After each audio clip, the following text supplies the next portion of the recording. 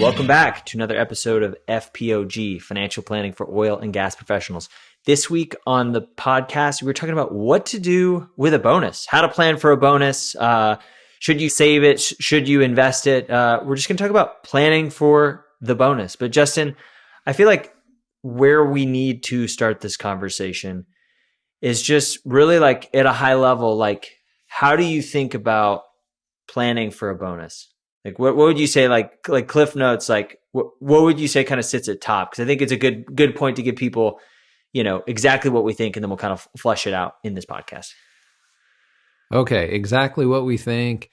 When you get a bonus, and let's say we're talking about a really big bonus, the lens that you're looking at that through is where does this need to be allocated?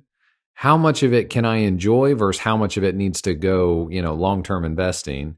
And what are all of the big financial planning implications? So taxes, does it change anything with my estate plan? And we'll get into the weeds on this. It should change your insurance strategy a little bit too, to a certain degree. And that really comes into play if we're, talking about a big 6-figure, 7-figure bonus. So depending on the size is going to, determine the effect of all of those three items that I just mentioned. But I think that's how we want to frame this, Jared. So where to allocate it, and maybe number one is more, does it need to be put to long-term investing, or can it be spent? What's the ratio on that? Where to allocate it? And then what are all of the different technical planning items that you need to know? Yeah, that's exactly right. And this kind of touches on is a good follow-up from our last podcast about what is financial planning. Because really, if you've done a good job answering that question for yourself, this should be easier, right? Because really, when it comes to a bonus, there's three things you could do with it, right? You can save it, you could spend it, or you can use it to pay taxes. And I would argue the correct recipe is probably some mix of all three of those.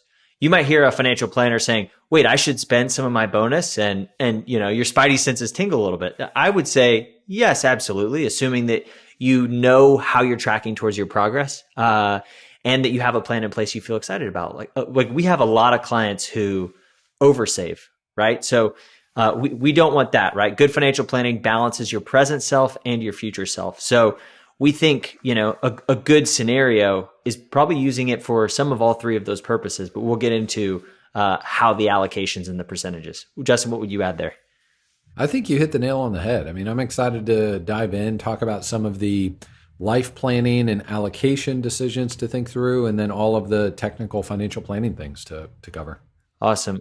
Well, let's talk about life planning, right? And so I guess the thing, right, kind of getting back to financial planning is really, okay, how am I progressing towards my goals, right? And you really can't, you can't know that is unknowable unless you know what are my goals and my progress towards said goals, right? So this is why having a financial plan matters, and continually updating it matters, because really that drives a lot of this. But Justin, I would say, I would caveat this and say, hey, be honest with yourself, right? One of the things you and I were talking about before this podcast started is we have we've seen clients come in and say, hey, my spending is X, let's say 150,000, and they have total income of 400,000 and no brokerage savings, which is okay, right? This is a no shame podcast, but they think they're spending 150 grand a year. But they get a big bonus, and every year it disappears. So they're probably spending more than they planned, and that's no shame. That's just that changes some of the inputs of their plan, right? The number that they need to get to be able to support the current level of spend that they have is higher. So I think a good place to start before you even decide, okay, hey, what am I going to do with this specific bonus? It's where am I going and how am I tracking towards that? Because Justin, you were talking about before this, we have a lot of people that are ahead of schedule, right? That are maybe oversaving or in a really good spot, or want to work for 20 more years and really don't need to save any additional money. So spend the money if you're in that spot. But really, this question is hard to answer. How much do I save? How much do I invest? How much do I spend? If you don't know where you're going or how you're tracking. Yeah, I think that's well put. I think there's some scenarios that I've seen over the years, and we have a few clients that they've they're so ahead of schedule because they're spending way less than they make and they're saving and investing, a huge portion of that. And so they might be in the position where, hey, a huge bonus comes along and you can really have some freedom to say, what do you want to do with this? And are there other fun goals or other items that you kind of thought, well, that's probably something I wouldn't do until I'm in my 50s or 60s. But if you're ahead of schedule, yeah, you've got a green light. And then I can remember, this is several years ago, but I was chatting with an ExxonMobil retiree, and long story short, this person found out they didn't really pursue any financial advice until retirement age, and they had done a lot of overseas assignments, and they found out that, hey, I could have retired several years before I actually did. And so a big part of starting this conversation is figuring out how much of this needs to be devoted to long-term investing versus spending. We talk about giving every dollar a job. So if you're getting a big bonus, the first thought is all of this bonus needs to be allocated with purpose. And for a lot of people, that purpose might be, I'm pursuing financial independence. I have a specific number I need to save toward, and that's where we need to put these dollars. But for others, you might be way ahead of schedule, and yeah, you can really think through, I still want to give these dollars a job, but it might be a more enjoyable short-term purchase than long-term savings. Yeah, I would say that it serves a need, and maybe the need is not investment related. It serves a function. You're going to invest that money regardless. And hopefully if you're spending it in cultivating memories or something like that. But maybe, you're investing it into financial capital. So Justin, with that, let's talk about, let's say somebody doesn't have a financial plan or they don't really know where they're going. Like, how might they begin to think about percentages of like, hey, should I invest the whole thing? Should I save the whole thing? How might somebody begin to think about that if they haven't committed any of that to writing? I would start here. One question. Do you love your job? Do you love your job and you want to do it for a long time? Or, and it's great if you do, but it's also okay if you don't. And if you don't, then the question becomes, well, how soon do you want to get out of this job? And how soon do you want to get to something different? And then let's take this question and turn it into two questions. And the first one is, how soon do you want to get out and just full on retire? But then the second option, and a little bit different question, is what if you just do a different job? And, if you're receiving a huge 6-7 figure bonus, you're probably in a pretty demanding role. And if you're not loving it and wanting to do it for a long time, well, what if you just take a way less demanding job, or you partially retire? Maybe you start your own consulting type thing or something. You're working part-time, anything like that. So those are the questions to ask. Do you love your job? If yes, great. Let's allocate these dollars well and, think about the tax and estate planning items. If you don't love your job, well, in that case, let's start to come up with a plan. And I think the first question, Jared, is how much do you need to save in order to get out of that job? That's right. But to get out of that job, I think is a different answer than to retire completely, right? Like, I got to pick a bone with fire here. The movement everybody's talking about, financially independent, retire early, where you see people with these crazy savings rates and they just punish their present selves so that they can hit the eject button from corporate America as soon as possible. I don't know if I could speak for you, Justin, but I think I'm anti-fire. I don't know if this is an anti-fire podcast, but a couple bones to pick that I have to pick with that idea is that, right, don't punish your present self. But, good financial planning balances future and present. And then the problem with that logic is you think that you're just going to be able to just aggressively save and then one day and aggressively work really hard and then just go completely turn it off and go to spending and just go to not doing anything, which I think is really hard behaviorally. And we have a lot of clients who end up having encore careers or getting more involved or taking a lower paying job that's related to a passion project because they want something to do with their time and they've been working and busy. And, there's something good about work and good to be said about, making a meaningful contribution to society, of course, in the way and at the speed and in the pace that is desirable for you and your goals. But I just think people like that's such a violent switch that have a hard time seeing that go well for anyone. And even our clients who take a more measured approach, a lot of them even have trouble going from even 40 hours to nothing because they've been doing it for several decades. So even if you want to fire, I would say, not retire early, but just pursue more purposeful work on your terms. So the number that you may be going after, it's not, hey, what do I need to not work ever? The question may be, hey, what do I need to save so that I could retire from this really demanding job and maybe take a lesser paying job, or just live off of one of our incomes if we're a 2 income household. So there's a little nuance with that number. It's not necessarily hit the eject button. So, and it's, you probably don't want to fire. Just adding that caveat there. Yeah, I totally agree. I'm not big on the idea of, saving 50, 70% of your income so that you can get out of your job as quickly as possible. And I would, tweak that and instead say, well, how can we find work that you're excited about doing for decades?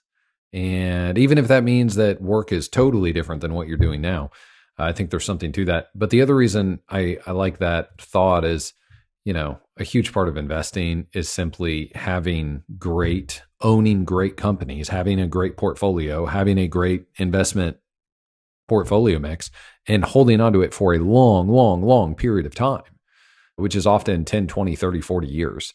So again, it's important, even if you're in a role where you're thinking, hey, I need to hit the eject button soon, instead of just, well, let's save as much as we can to just stop forever, keeping that mindset of, I need to make really good financial decisions for the next 30 years, even if I'm only wanting to be in my current job for 3 years. That's right. And two, like you could use that bonus to improve your lifestyle so that you can work the job maybe a few years longer, right? So on paper, it wouldn't feel like the best decision, but that could be another way that, you use the money to invest and increase your time horizon in this more demanding job, using a lot of the bonus to pamper yourself. So there's a lot of considerations, and trade-offs. So, so at the 10,000 foot level, hey, it's really a function of what you need. And right, like financial planning, you're at the center. So what do you need? What are you after? Understanding the nuance. Okay, retirement's probably not going to be a hard, violent stop. So what is my actual number? Then Justin, let's talk, our audience skews technical, which we love getting in the weeds. A lot of engineers. So we love talking about the numbers and the data. What are some of like the technical considerations and things to be aware of that also matter in relation to how to allocate your bonus? Yep. So I think the first question is, how did you receive your bonus? Was it cash? Was it stock? If it was stock, what kind of stock plan are we looking at? So the question we're trying to get to is, how is your bonus going to be taxed? Now, let's say it's cash or RSUs. Well, obviously that's taxed as income, but we're still trying to get to, 2.0 of that, which is if it's RSUs, okay, you receive the RSUs, that's taxed as income, but what are you going to do right when you receive them? So if you receive it and it goes up 20%, the shares do, and you haven't sold them yet, well, now you have a short-term capital gain, so you need to consider that. And so the first question is pretty simple. How is it taxed? And what are the planning considerations to go along with that? Let's see, Jared, should we mention withholding and estimated tax payments? Yeah, so that's good because it's kind of connected to this first tax point, right? Like standard for I forget the technical term, but for like wages like a bonus, we're just talking cash bonus for this example. There's a default withholding that the IRS uses of 22%.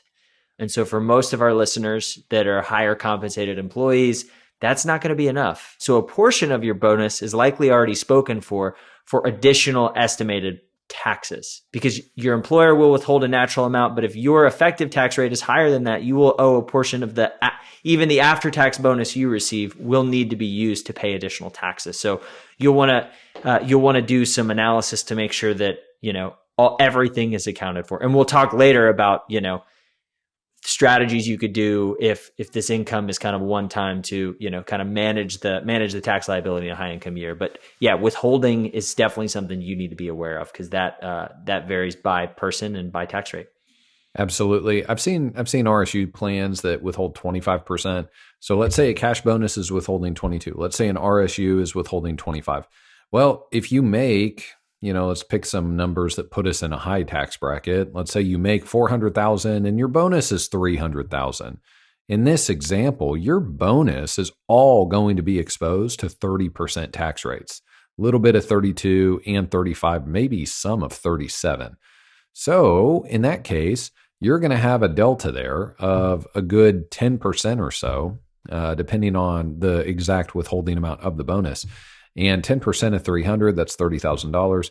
What you don't want to get to is you don't want to be in a position where the IRS over a 5-year period, you receive 5 bonuses and you've under withheld on all of them. And then you file your tax return and yes, you owe, but you do this for a few years and they're going to say, hey, there's some penalties on here too. You've known about this, you've been receiving bonuses. So not only do you need to give us an extra $30,000, but you also owe us interest, a penalty type thing on top of that. So understanding how much to withhold is a really helpful part of bonus season as well. Yeah. And I guess what I would add there is like there's a nuance that I want to call out. Like there is the above and beyond bonus and the standard bonus, right? So like usually there's a standard bonus that's a big part. It's just kind of a normal part of their compensation and it's pretty reliable. And then you might, if you're an energy trader, you might have a gangbuster years where it's multiples higher than it has been historically. Or you have a restricted stock unit vest that was some shares that were granted to you that was an abnormally large award on top of the performance equity that you get. So how you approach, planning and tax planning related to this determines how much the type of bonus that it is. Because if it's above and beyond normal and it's put you in a tax category that you don't normally have, you need to really become aggressive about shielding income and aggressive with some of the other strategies we've talked about in other podcasts, like donor advised fund, using pre-tax IRA or raw 401k contributions, things like that. But if this is kind of the standard and recurring, you're really just kicking the can down the road and there's not too much variance there. Justin, what would you add? Yes. So really big rule here. You need to probably follow this rule. And that is most of everything you contribute needs to be pre-tax. So 401k, pre-tax. HSA is a great opportunity. Max out your HSA. And we've talked about this in other podcasts. Try not to spend your HSA if you are able to, and instead invest it instead of spending it. So you're maxing out all of those pre-tax buckets. And, donor advice funds, that's thinking about charitable contributions. If this is an unusual bonus, Jared, how many times have we seen this recently? Someone gets an offer a few years ago and there is a retention bonus. We've seen a lot of retention bonuses over the past 12 months that have come to fruition. So they have paid out. So a retention bonus is something that's not going to happen every year. So for this 1 year, you're in a different tax bracket. Well, it's really worth thinking that if you're pretty confident you're not going to be hitting at that tax rate at all for the next 5 years, well, what charitable giving do you want to do over the next 5 years? Front load it all now. Put it in a donor advised fund. Get the higher tax deduction. So when you say pre-tax everything, we're really just talking about any opportunity for deductions. Let's take them this year and let's front load deductions this year, win it wherever we can. Yeah, that's exactly right. And I want to add a wrinkle to this because the 401k can get squirrely here, right? We've seen issues where, the IRS has a rule that the maximum amount of compensation that they'll include in your calculation for what you're eligible to contribute to a retirement plan is $330,000. This becomes problematic because some employers allow you to determine a percentage that you want to save of your salary and bonus, right? Some employers allow the flexibility to choose those. The problem arises when you hit that $330,000 threshold.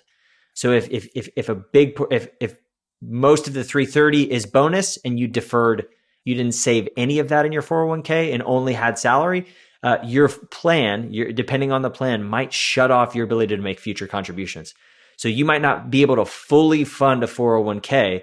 Not because you didn't have enough wages to contribute, but the types of wages and the percentages that you wanted to contribute hit that 330 mark way before you anticipated. So every plan is different. Work with your advisor to kind of navigate that. That's another nuance of, where you could say, hey, I want to defer an aggressive amount of salary and none of my bonus. And then the bonus pays out, makes you hit that 330 cap. And then you can't fully fund a 401k for the year despite having tons of money to do that. And so that's a low hanging fruit. And that's very plan specific, but we have seen people make that mistake.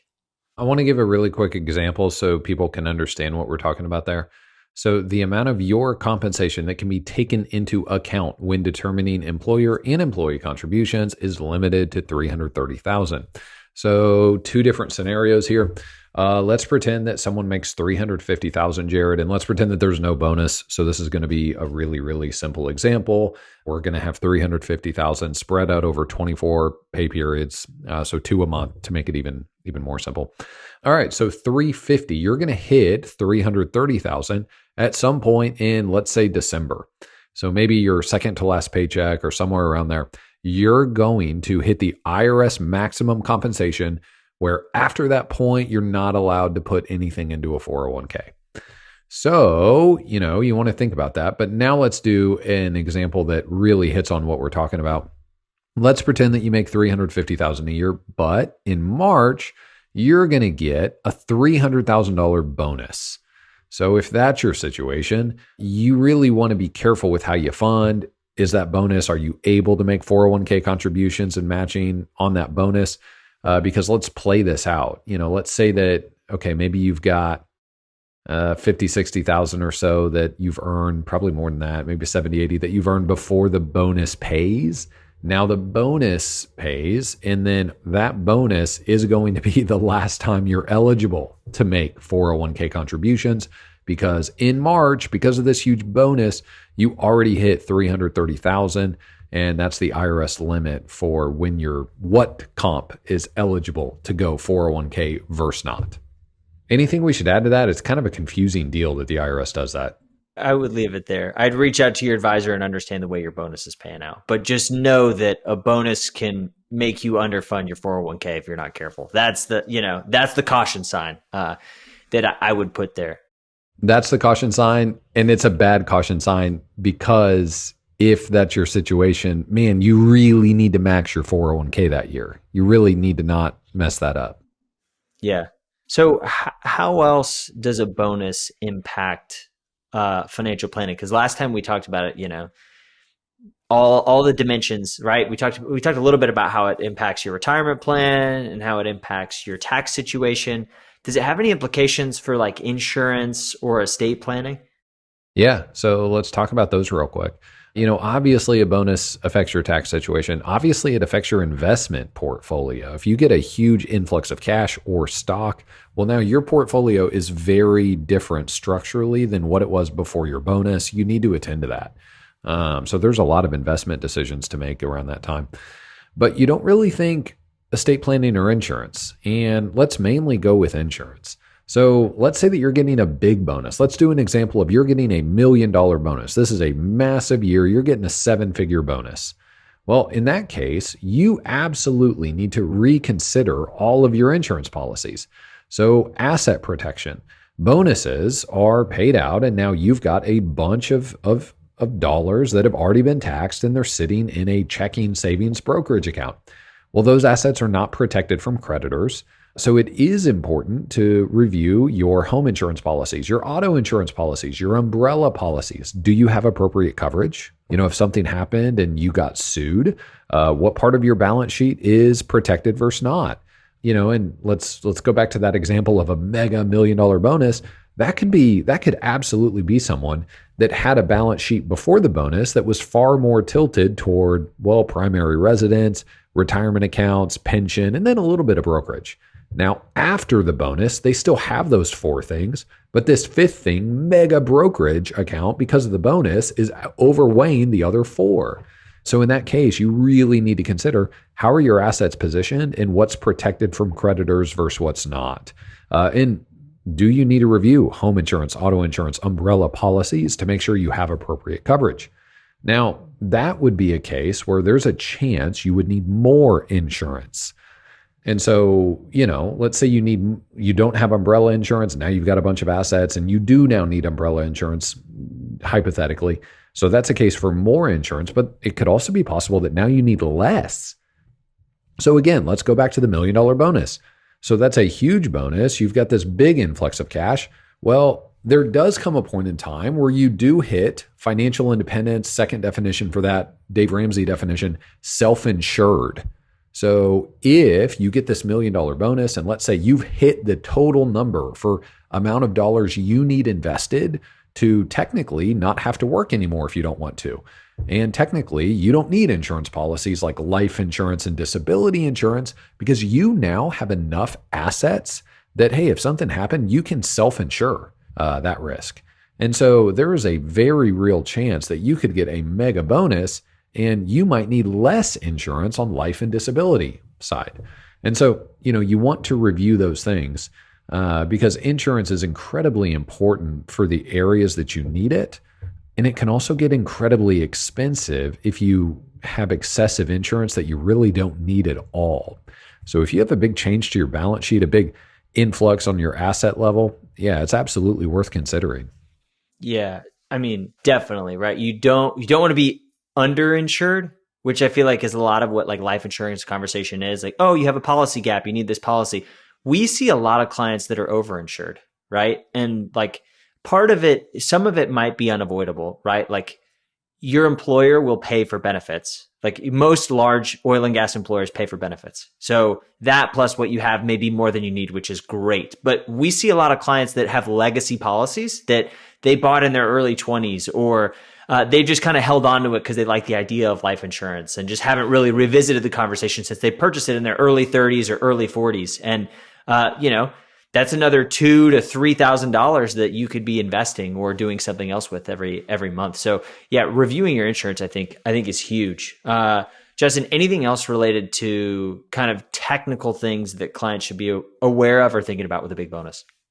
I think that covers a lot of it. And so, yeah, we've covered a lot, but are you on track to meet your goals? Where do you need to allocate these dollars? Where's the highest and best use? Where's the best purpose for these dollars to go? And then understanding all of the tax, all of the investment, and some of the insurance considerations that you need to think through.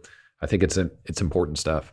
Yeah. And the final thing I'll say is like financial planning, it's an event, right? Like you could come to a very reasonable conclusion about doing something this year, but next year, you're probably not going to want to do that same thing. You'll probably want to review it, right? So this is a decision that you don't just make one time. It's every time you have some variable compensation moving in. But the thing I would encourage all of our listeners to do is to make a conscious decision, right? Because it's really easy for that bonus to hit the account, for expenses to go up, for you not to keep a watchful eye, and for it to just kind of be spent without intention, right? Which is if you decide to spend it, great, but make that your intention and make it a conscious decision versus just using it to inflate the lifestyle because you hadn't thought about it. Totally agree. That's well put. Well, that's all we got. We'll see you next week. We always love feedback from listeners. podcast@brownleewealthmanagement.com. Thanks. Hope you steward your bonus as well, and we'll see you next time.